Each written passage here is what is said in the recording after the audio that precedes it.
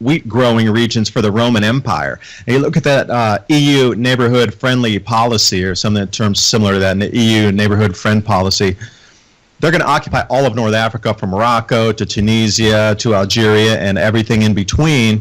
But go back 2,000 years and look where the major grain growing areas were in Rome, for Rome, and then notice how the weather patterns are shifting and how much more rainfall has now started over North Africa. So again, this brings me back to the whole point. I think it's a multi-thousand-year cycle we're entering, not just a multi-hundred-year cycle.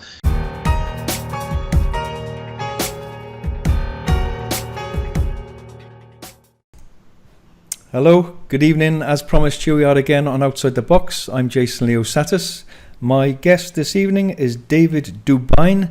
You can find David on ADAPT 2030 on YouTube, oilseedcrops.org. David is the culmination of a great, we've had a week with Professor Tim Ball, who is talking about climate change, or the lack of climate change. To David, I'm delighted with David's work. I've been watching David's work for a while. Amazing guest. David, listen, thanks for joining me tonight. Really appreciate you coming. So I feel we're like on a Titanic ship or something, or a jet plane, humanity altogether. And the psychotic captains are in the front. They just think they got the door locked here, and it's like, shut up, you lot. We'll do what the bloody hell we like. Thank you very much. And you just keep on stoking those boilers, right?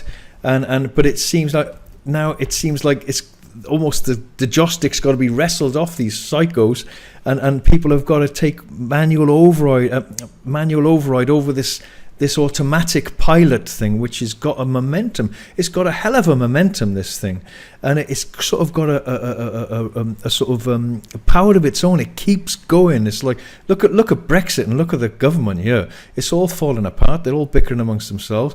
It's falling to pieces. I've been in Parliament. I've seen what it's like, and they keep resuscitating the same Frankenstein's monster again and again and again, because there's nothing seems to be an alternative, you know. So it saddens me, David, that maybe things have got to collapse even more for people to wake up and say, hey, come on, quick, let's come together on our streets and that. It's like, oh, you know, we don't really like our neighbours, but hey, we better come together, we better share some eggs and get some chickens, you know. But anyway, it is positive as well. And we mentioned Brexit early on. How does that tie in, and the 5G and everything, David? We brushed on it earlier, you know. Yeah, from an outsider looking in, from over here in the States and taking a look at Brexit, I get a couple of ideas right away. They're stringing everybody down the road for this thing in the future that will happen. So again, it's about divide and conquer and keep people distracted right now while things get worse right now. And remember, in 3 more months it's supposed to happen. Well, people wait until the next 3 months and it gets pushed 6. It gets pushed another 3. And it's always that thing in the future, oh, it's going to happen, it's going to happen. So right away, you've already noticed that your vote doesn't count worth anything, and nobody in those powers of government, it's meaningless, basically. So what they did was give a convenient excuse for food shortages, though. Oh, Brexit. Oh, the shipping's going to stop. Oh, the inbound cargo is going to stop. The just-in-time delivery is going to stop because we're going to exit out on this, that, or the other. Yeah, whatever it is, whatever way it's exited is still going to have a negative effect on food inbound shipments. And then they're talking about how the warehouses are completely chock-a-block stocked, where they can't even put another wedge of butter in there. And that there's still not enough for everybody, and there's 10 times less than everybody will really need, and you should panic because there won't be enough. And again, they're already setting the whole situation up for, if the food stops, they can blame it on Brexit, and then they can re-blame it on whoever is pushing in the halls of government at that point. So there'll always be a finger-pointing blame game. Nobody will ever be culpable. Your votes mean nothing, and you're going to get strung along for eternity believing that this thing could happen one day. Meanwhile, behind you, they're trying to wrestle all the EU forces to scoop up the British military-industrial complex and then overtake it and mish it into the Unified Defense Force there of the European Union. So I'm glad you mentioned that, David, because that was because Graham really turned me on to that, and Graham Downing over there, he did a wonderful job, and trying to explain how this Unified Defense Force is coming in there, and that was an eye opener. Again, that was the first time I'd ever heard of that. Me too. Unified Defense Force. But after we put some information together, it was more about they're going to take over the grow zones of northern Africa, which used to be the main wheat growing regions for the Roman Empire. And you look at that EU neighborhood friendly policy, or some terms similar to that, an EU neighborhood friend policy. They're going to occupy all of North Africa, from Morocco to Tunisia to Algeria and everything in between. But go back 2,000 years and look where the major grain growing areas were in Rome, for Rome, and then notice how the weather patterns are shifting and how much more rainfall has now started over North Africa. So again, this brings me back to the whole point. I think it's a multi-thousand-year cycle we're entering, not just a multi-hundred-year cycle. And again, if you can control the food, you can control society. It's going to be way beyond energy at this point. Yeah, well said. And yeah, shout out to Dr. Graham down in here as well from me. You know, you did the AB10 with him. I think you're doing the next one with up there with Ian Crane as well. Thanks, Ian, for your work. UK column, you know, Brian Geddes, all the David Icke, everybody, you know, I mean, Mark Pasio, you name it. There's so many people out there doing wonderful things. And I was astonished when someone said to, not that I think I know a lot about these things, but I'm sort of trying to keep up with it. When someone told me about the EU, was it, I think it might have been Graham. And David Ellis too. David Ellis.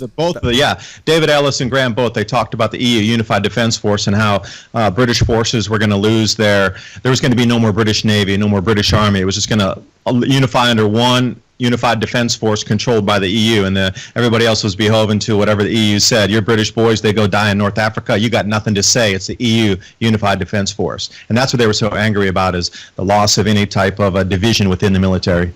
Was it, and was it, I'm not sure if I got this right, was it Theresa May who got that in quick at some point, didn't she, just before?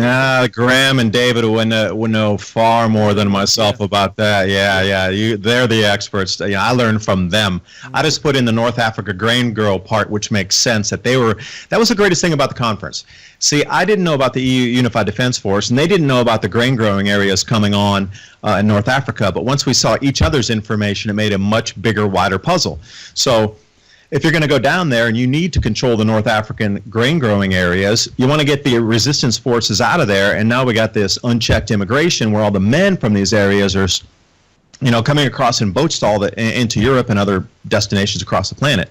But they're removing the resistance force before they really are going to jump in there. I give it 2, possibly 3 years before the invasion from the European forces down into North Africa to grab those new grain zones will happen. I'm going to say right around 2021 to 22 when we face the first major global massive losses in harvest. At that point, that'll be game on then. I think they'll start to move a lot of things into the North African regions at that point. And also, David, just to say, I have talked about this with Professor Timothy Ball, but just to add this in as well here, because it is important about people say, oh yeah, but because it has been swindled and changed, this climate change thing, hasn't it? With back to the Greta Thunberg and all that. That guy Michael Mann, wasn't he? He was trying to do Tim Ball for what he said about that. And what was that hockey thing? Just remind me of that hockey thing he did. Hockey thing on the graph or something. Yeah, Michael Mann he's the one who created the most famous hockey stick that you know of that we always see.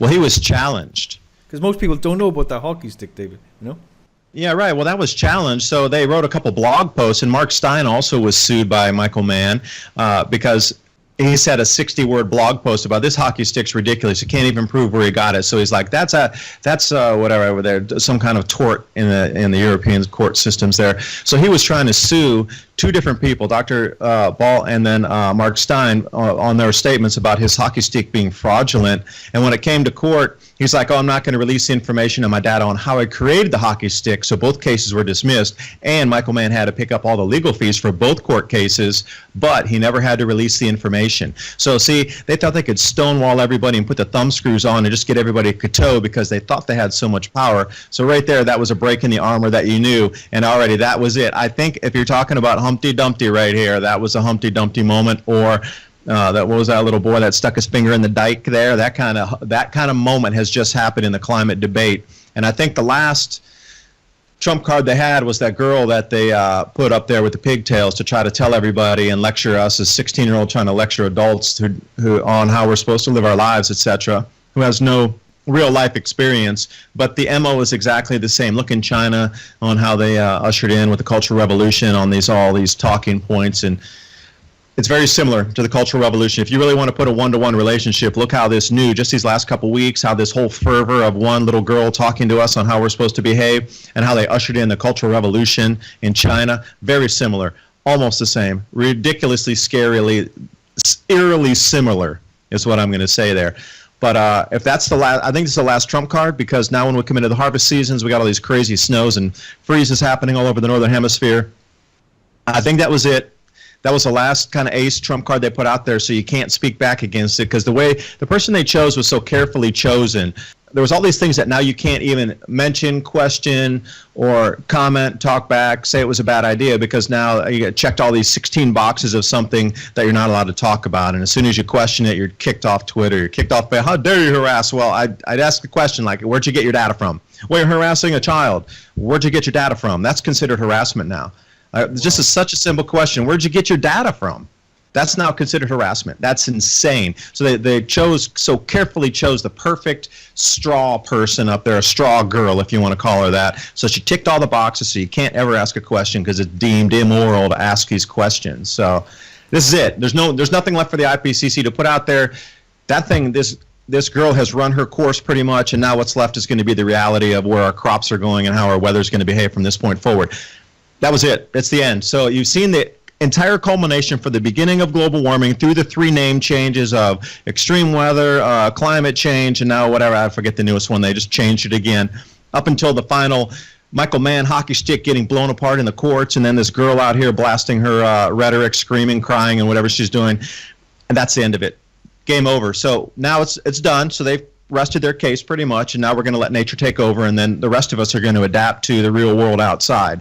So that's the way it is. Yeah, there was in the newspaper here in Totnes yesterday where you're going to do a talk. I'm glad to say you're coming here. Super excited to come down there. Thank you for inviting me. I'm excited about great. the castles, the old school, the city, like the old towns. I love to take photos, so very excited to come. Sorry to break your thought there. Go ahead. No, it's a great little town. It's well, in one sense, it's not really the real world. It's like a safe little bubble. And in one, well, you'll see when you come here. It's a wonderful place. Very great thinkers. You're very, very amazing people, but also a trap, a spirit. As in my book, I talk the spiritual smugness trap. It's often people are the most blinded who are supposed to be the most spiritual and open. You know, it's like, oh, don't look at anything negative. You mustn't. You know, what you resist persists. You know, blah blah blah. And what they don't know is they're complicit in their own slavery and the destruction of humanity. You know, so I have a bit of a go at them and say, you're the midwives, wake up, and you've got a big responsibility on your hands. But yeah, yesterday in the newspaper they had all these kids on the front page of the Totnes Times, and they've gone on strike. They came out of school because of this Greta Thunberg thing, saying well, you know, we're going to go on strike because we're fighting climate change. You know.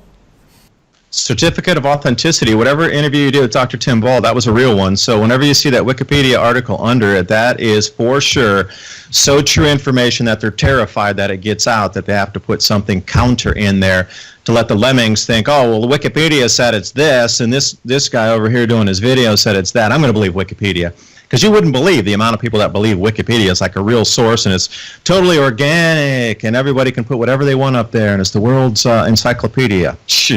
That's more controlled. That's one of the most controlled platforms on the internet. Are you kidding me? The information flow through that thing is totally controlled. It's nothing organic out of there. So to give people an example of how it is controlled, and now there's more and more. It's almost like for me, as the truth comes up over here, they try and stomp it out and put their hand over it. I was talking outside the prison where Julian Assange is the other day, and I was talking about this.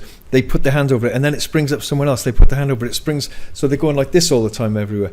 So you know, for instance, now that they've earmarked me on there, do you think they think they'll be watching now to see what I do next with this show with you? Hey man, it's all about getting the freedom. Why should we be stuck? If we have a different way to find our own freedom, then why do we need to live by the old rules? It's all about creativity. Are you kidding me? To change the future of humanity. What are you doing? Roll your bloody sleeves up and become a midwife and try and do something. I've sometimes got better things to do. I've got a family. I could go and live in Greece. I could do so many other things than do this work, but I can't help it. I've got a conscience. I've got an ethical alarm bell inside me, and that's what I think we've got to reestablish now. Is what my show's about, is reestablishing those ethical, moral alarm bells inside us that are saying something's wrong and something's got to stop. And I got Bibi Bacchus on Thursday, and Dean Henderson. Oh, we could probably get a few whacks for that. And Bibi talks about the straw man, like you just mentioned. You reminded me about the birth. This is going to be a great show. The birth. She was put in jail for 8 years. About the birth certificate and everything. This whole thing, you might as well have a number printed across your head. We'll be talking about that with Bibi. But anything. What else do you want to go into?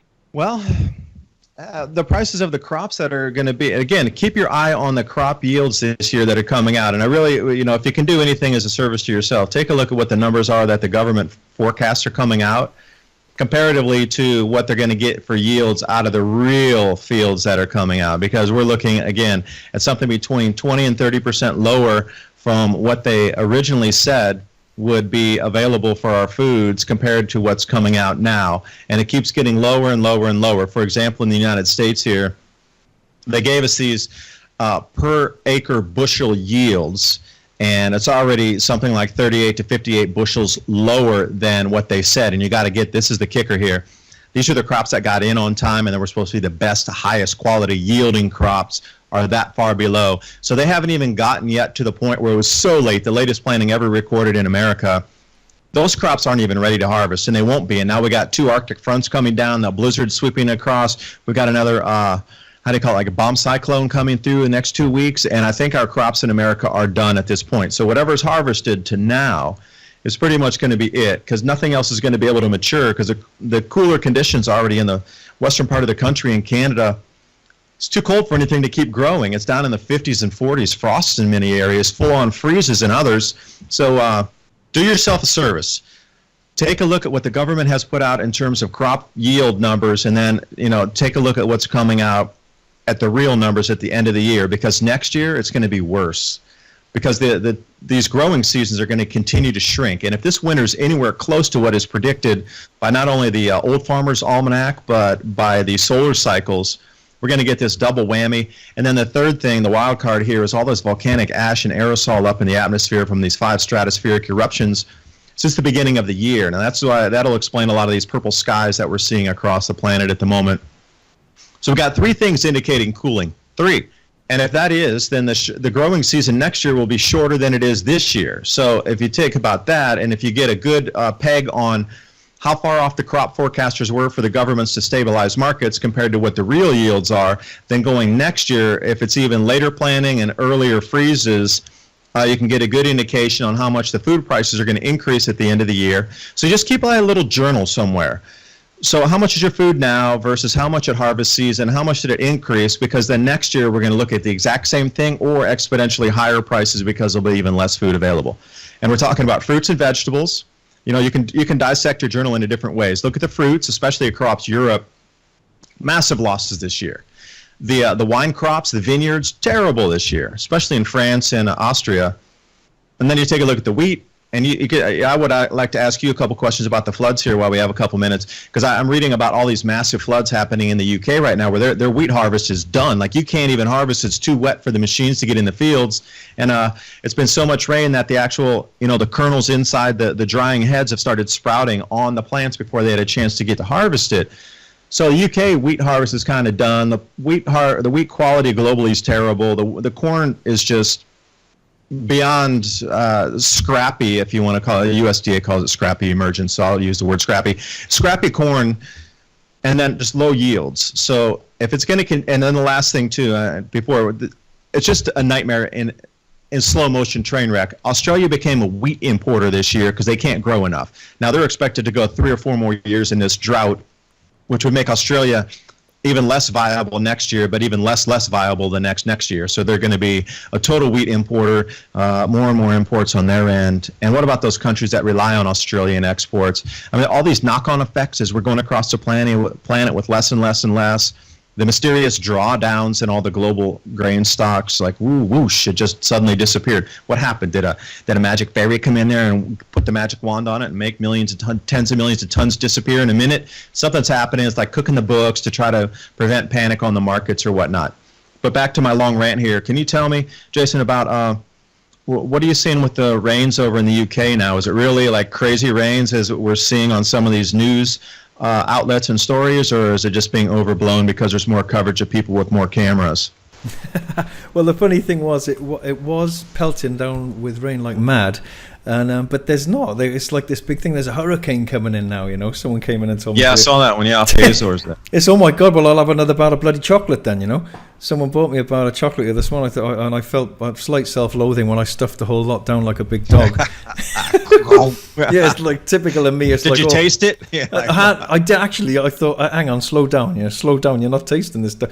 But I got a dog, and I sort of start eating. I'm eating chocolate like my dog. It's really embarrassing, you know. But so I thought, okay, well, let's have another chocolate. Oh my God, there's this more fear all the time. Fear. There's going to be this or that. But, you know, we probably eat too much wheat anyway and everything like that. But, you know, that's why I think we've got to have a bit of a laugh about it, David, because although it's very serious stuff, it's like, I remember I organised a conference here in Dartington where you'll see Dartington Hall when you come to Totnes. It was packed out there. We had Vandana Shiva there talking, the GMO lady who's helped so many people in India. What a fiery lady she is. Whoa. And Deepak Chopra was talking there and everything. And she actually said, we got to make this fun, or we're not going to last. We've got to make it a fun journey. And I like what you've said about that. And when I've listened to you, is that you've got to keep a high spirit here. You've got to keep your focus and your balance, and and have a bit of laughter about this tragicomedy that we're going through. You know. But I got to ask you this one quick thing, because I know what people are going to say. You didn't ask him about the Maunder minimum, you idiot. You know. So I've got. Can you mention the Maunder minimum, because people are going to give me a right wall going over. The trolls will be whacking me. You're with David DuByne, and you didn't even ask him about any of that, you know? We've been talking about that pretty much the thing. And instead of using a specific label for the Maunder minimum, when we're talking about all these grand solar minimums, and, you know, the witch trials are a good way to look at where some of the bigger weather changes will occur again, because back then in the 1750 to 1800, 1550 to 1700, excuse me on that. They had, you know, where all the witch trials were, they had little red dots on the maps across Europe. So you can see where the weather fell out first. And what's most interesting, the same weather anomalies are starting to happen in those exact same areas again, with either extreme cold, extreme snows, or something like this, crops not being grown. We're starting to see the same matchup. So, you know, ancient historical factoids, if you will, good proxies to figure out what's happening. So the Maunder minimum, you know, that is the best grand solar minimum to talk about in its intensity and documentation as well, because I know history is written by the victors, but there's still a lot of things left from that time, especially the monks. They did great records. Another thing about the number of candles that were ordered for funerary rites, that's another good way to see what the population decline was. Even though they didn't talk about death records in general by itself, you could see the monasteries, when they ordered more cases of candles, just meant there was more deaths, more funerary rites. You know, just things like this. And you go through there's a lot of documentation in the Maunder minimum. It's the most studied. And when you look at temperature records then, we can kind of, if we use that one, we're going to look at a 2 degrees Celsius temperature drop globally at the, let's say, 2024 to 2028, you know, right in there, 2023, 24 will be the real. You'll start to notice that things are not right in 2020, 2021, but as we progress further into that 2023 era, things are definitely going to be amiss. And I don't know if the Thames will freeze this year or this time in this next grand solar minimum that we're in right now, the Eddy minimum, because, you know, it's been dredged and it's quite a bit different than it was before. So, you know, some of these historical things that the frost fairs and people on the Thames ice skating and things, that might not happen because it's much deeper, faster flowing river than it was back then. But I just had word out yesterday. I was eating breakfast with a bunch of guys, and they were telling me that the Potomac River here in the United States was only inches deep in some places and a foot deep, where a guy walked across the entire Potomac without even getting up to the knees deep. And I was thinking, all right, well, that would freeze solid. And then you hear about all these stories of George Washington walking over the Potomac with his cannons and that sort of thing. So that would make sense on a cyclical pattern, because they didn't really do much dredging in the Potomac compared to what they've done in the Thames there downtown. So, you know, some of the stories of what happened, the Thames didn't freeze, it must not be a grand solar minimum. Well, things are going to be different this time. You know, there's been a lot of changes on our Earth and the way we've molded the planet. So, you know, some things will be the same, some won't. But, you know, take a look at history to see the future. And that's all I can say. But I have about 1 minute left before I need to get out of here. So Jason, thanks. What do you want to wrap up with? I'll be happy to come back at another time. Yeah, for sure, David. Just thanks so much for coming on. Thanks, of course, for being you, which I say to everybody. Thank God. Thanks for being you. You're you too. Oh God, I wouldn't want to be me, And I wouldn't certainly want to live with me. It's a nightmare. I'm trapped with myself, But just what's your schedule now? I know when you're coming to Totnes now, and Glastonbury, you're doing a tour, aren't you? Yeah, Glastonbury, London, and Totnes. I'll be the end of this month, as a matter of fact. I'll be up there and be with Ian there first, and then going to grab the train and go down to Totnes, hang out for 3 to 4 days down there, and then over to Glastonbury for 3 or 4 days, and then back up to London. It's going to be a super fun trip. I'm very excited. And, I was also surprised by the amount of interest and how many people are going to be attending this event. It's more going to be like standing room only in these events. Expecting 100 people, they're already saying they had interest for 250 tickets on some of these things, or come on in, open the doors. There'll be standing room for 300 in there on a Saturday night, which is unprecedented. Some of these dates were coming Thursday night. It's already completely sold out. They had room for 200, but they got requests for like 500 people. It's really awakening now. 5G and the Grand Solar Minimum, and solutions-based and self-sufficiency. These are the kind of talks people want to listen to now. It's a global awakening. I mean, they don't even have enough room for all the people that want to hear the messages, and these are in some of the smaller towns here. So I'm really excited to see what's coming down, what's going to be happening there. I will see you in person. And David, honestly, I appreciate your work. I'll just put your book up there again before you go. Climate Revolution, The Grand Solar Minimum, Understand, Prepare, Adapt, Thrive, How the Sun Will Affect Society, Economy and Food Prices by David DuByne, Bill Richard Porter. Fantastic work. And it'll be great to meet you when you get to Totnes, yeah? Okay, but my last thought is we're all going to go through this together, and there's nowhere to run or hide, so we might as well face the facts, start working together, and get more ready for this so we all can go through it in a more easy fashion. There's nowhere to run. I don't have an anti-gravity craft. I wish I did, but I don't, so I'm here with you, and the more prepared we are, the better it will be. And I'm going to sign off with that. Thank you so much for listening. Hope you got someone out of our conversation. Now it's your time to do your own research. Don't believe a thing I said. You go do your own research. David DuByne, fantastic. Oilseed crops. ADAPT 2030, yeah. ADAPT 2030, YouTube, oilseed crops. What a great guy. And on that note, I'll say thanks a lot to everybody for watching. Sign up and please subscribe. And if you can help in any way, do so. And thanks all so very much for listening. Thanks, David. And bless you. See you next time. Bye-bye.